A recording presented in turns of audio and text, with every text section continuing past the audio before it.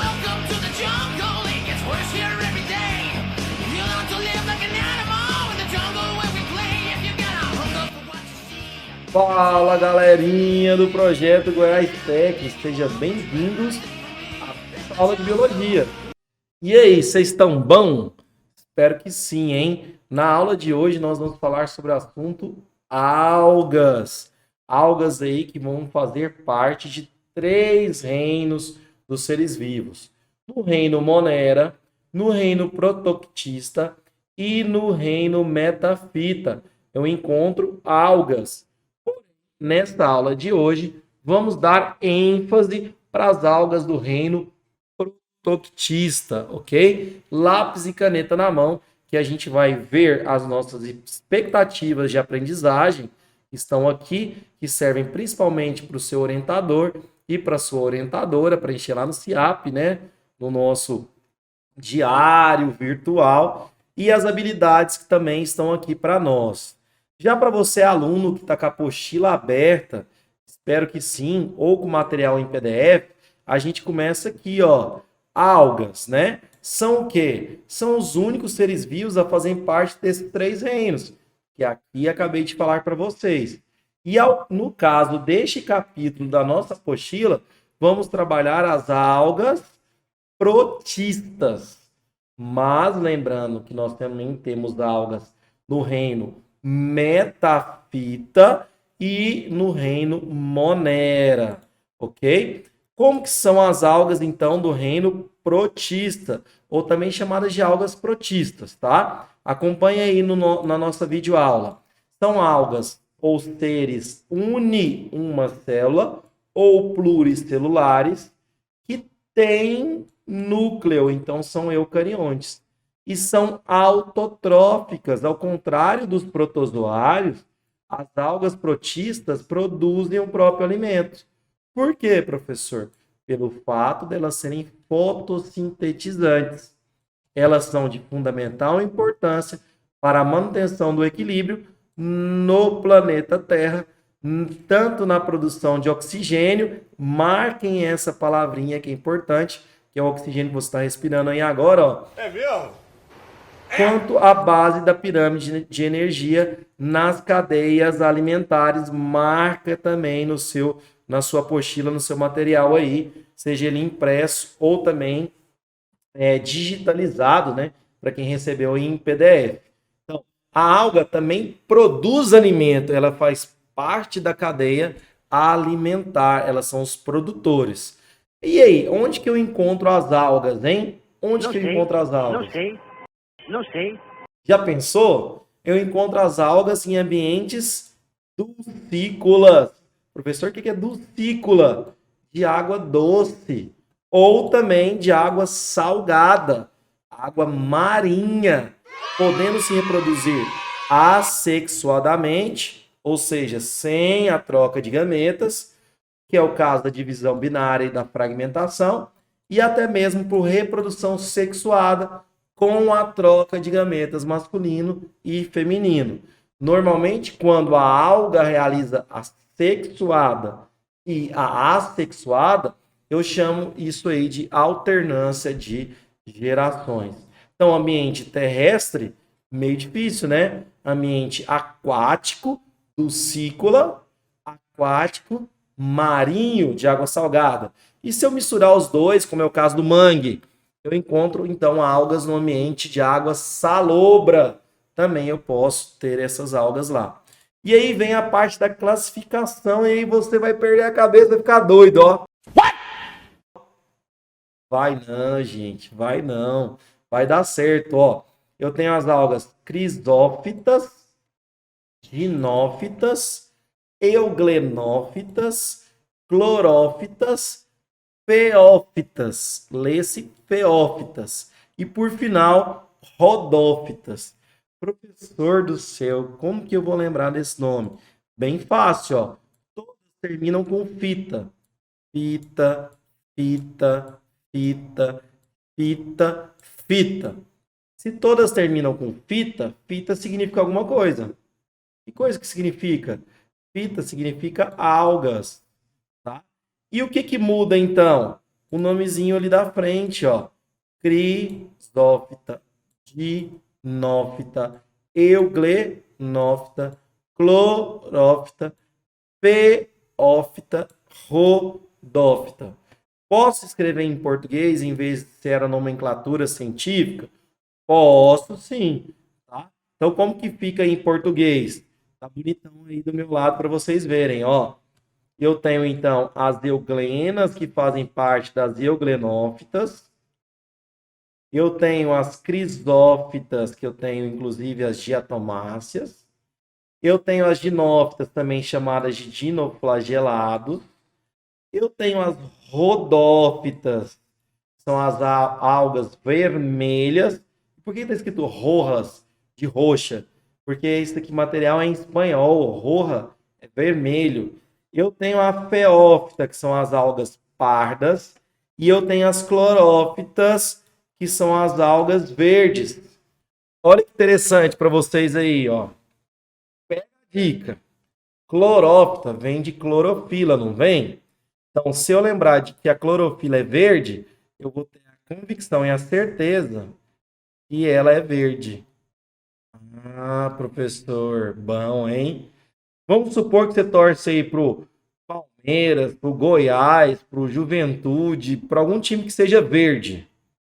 Ah, mas eu não gosto de time que é verde. Também dá certo essa dica, ó.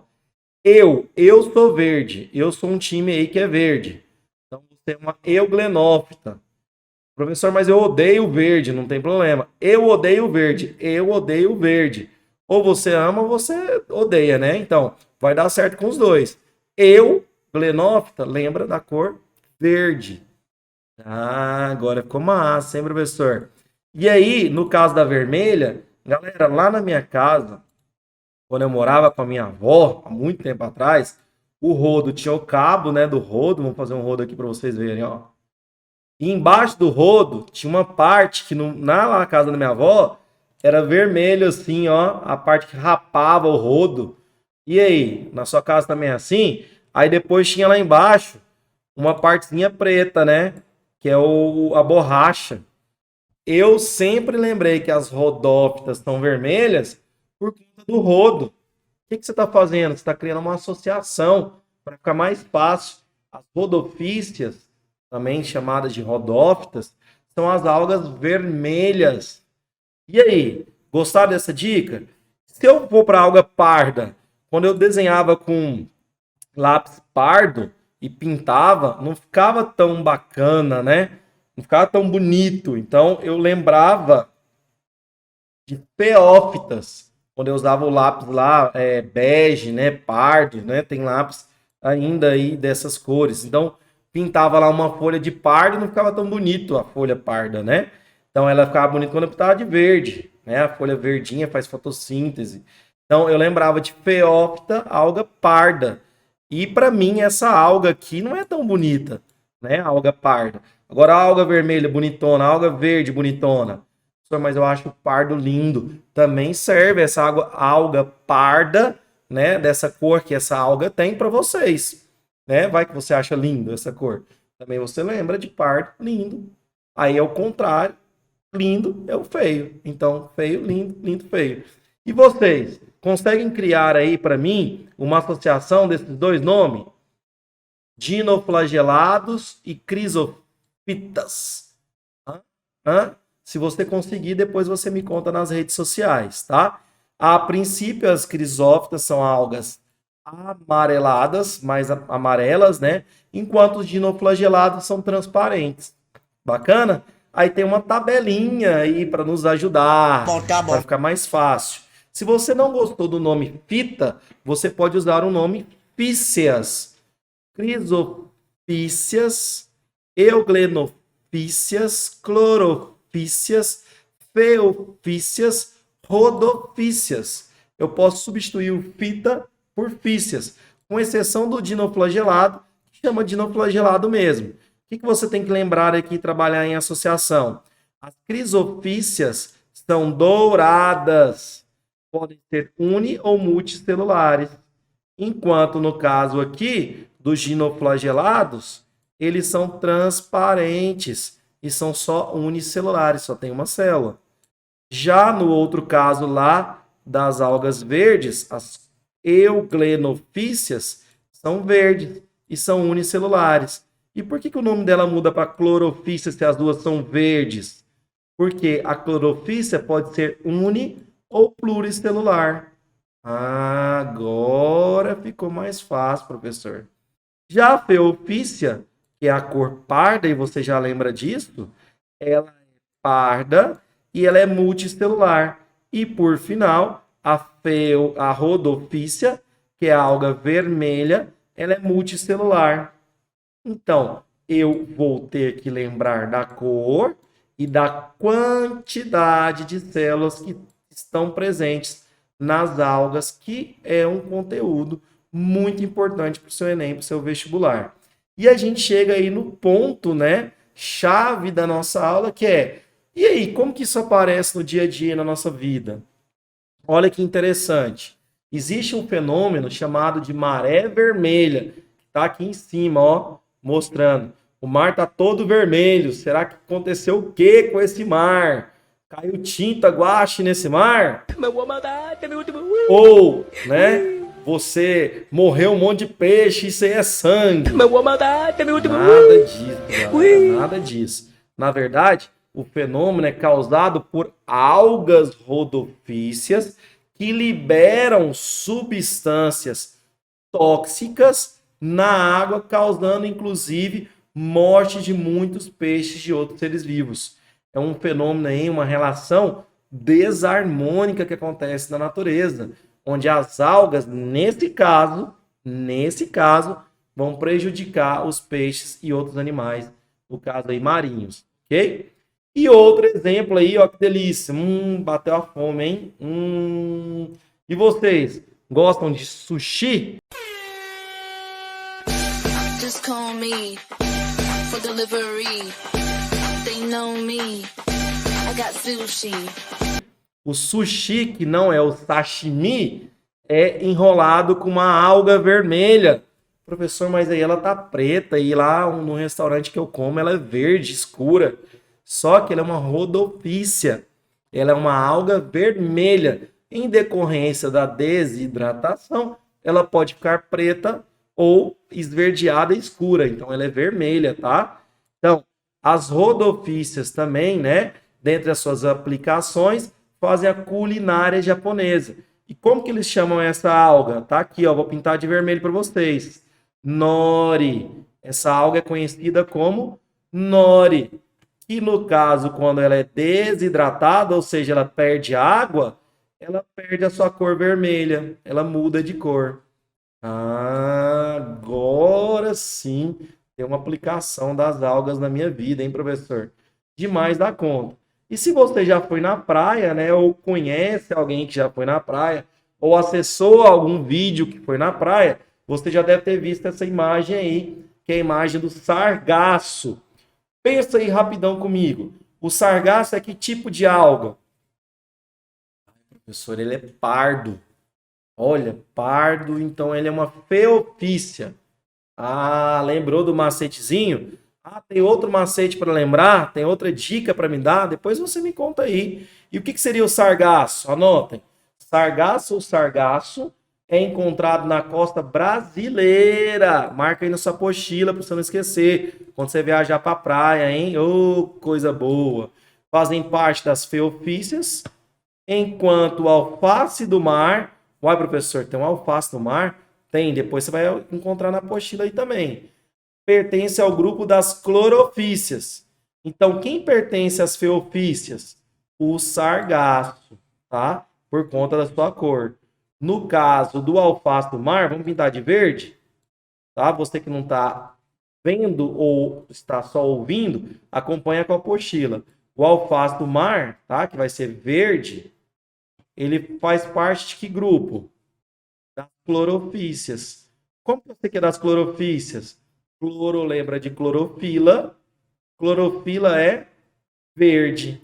Agora eu tô entendendo, tá massa demais a aula. Concordo, galera. E aí, dentre as relações que a gente tem, a gente pode citar o seguinte, ó. Em relação aos seres euglenoides, As algas euglenofíceas representam 1/3 deles. Representantes, pois 2/3 são heterotróficos, enquanto as algas são autotróficas. O que significa? Um euglenoide é um protozoário que não realiza fotossíntese.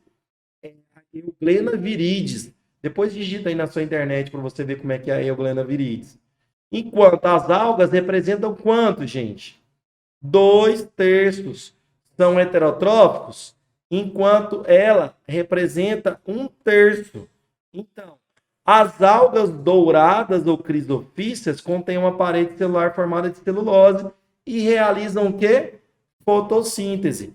Então, dentro das algas e dentro do reino protista, aquele ser que não realiza fotossíntese é um protozoário.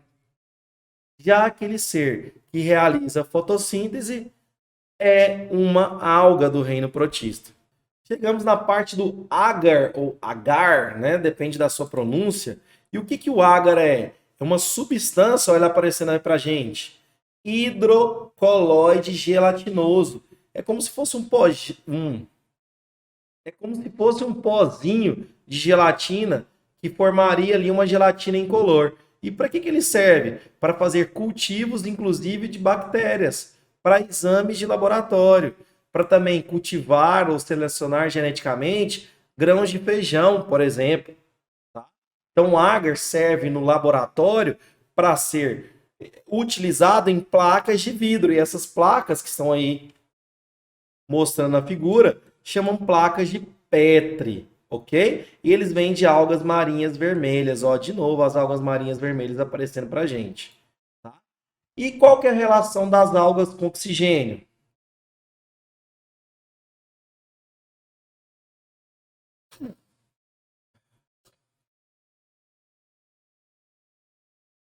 E qual que seria, então, a relação das algas com oxigênio?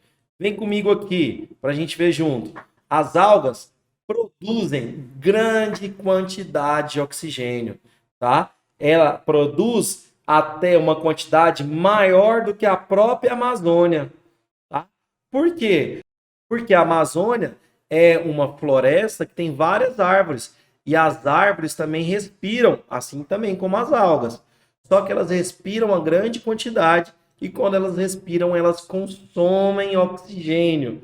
Ou seja, elas produzem, mas também consomem. Estimado aí em torno de 20% de oxigênio produzido, elas emitem para a natureza. Enquanto 80% do oxigênio produzido pela Amazônia fica na própria Amazônia. Olha que interessante. Então, falar que a Amazônia é o pulmão do mundo está errado. Primeiro, o pulmão produz gás carbônico, enquanto os seres fotossintetizantes produzem oxigênio. Também produzem gás carbônico na respiração, mas quando fazem a fotossíntese, produzem apenas o oxigênio. Tá? Então, por exemplo, consome todo o oxigênio que produz? Quase todo, não todo ele. Tá? Desta maneira, afirmar que a Amazônia é o pulmão do mundo está errado. Vou colocar até de caneta vermelha aqui, ó. Tá errado, a Amazônia não é, nunca foi, nem será o pulmão do mundo, e você vai anotar aí que são 2 motivos. O pulmão é o órgão responsável pela respiração, e na respiração temos a produção de gás carbônico. Se queremos focar que a Amazônia está produzindo oxigênio, não podemos falar que ela é o pulmão do mundo, mas sim, ela tem e possui seres fotossintetizantes. Segundo, as algas são as maiores produtoras de oxigênio do mundo. Ah, professor, então vou falar que as algas são o pulmão do mundo. Está errado de novo, não faz isso não. Por quê? Eu tenho que falar que as algas são os seres com maior quantidade de produção de oxigênio do mundo, e não o pulmão do mundo. Quem que seria o pulmão do mundo? O próprio ser humano, que produz uma grande quantidade de gás carbônico, seja na respiração, seja na combustão ou em tantos outros processos realizados por ele. Então, ter gás carbônico em excesso acaba acumulando e aumentando o efeito estufa. E a gente tem aí no final da nossa aula uma questão desafio, tá? Qualquer dúvida pode me procurar nas mídias sociais ou procurar aí. Qualquer dúvida, pode me procurar aí nas mídias sociais ou procurar seu orientador, orientadora da sua CRE. Eu tenho uma charge escrito: Salve o pulmão do mundo, SOS Amazônia. E ele me pergunta o seguinte: utilize esse espaço para refazer a charge de maneira correta. Após realizada a pesquisa e o debate com seus colegas, qualquer dúvida anote para seu professor mediador ou mediadora, que iremos solucioná-la juntos. Beleza? Chegamos no final da nossa aula. Sobe a música, DJ. Espero que vocês realizem essa atividade. Um grande abraço, professor Luiz Primandade. Até mais. Valeu!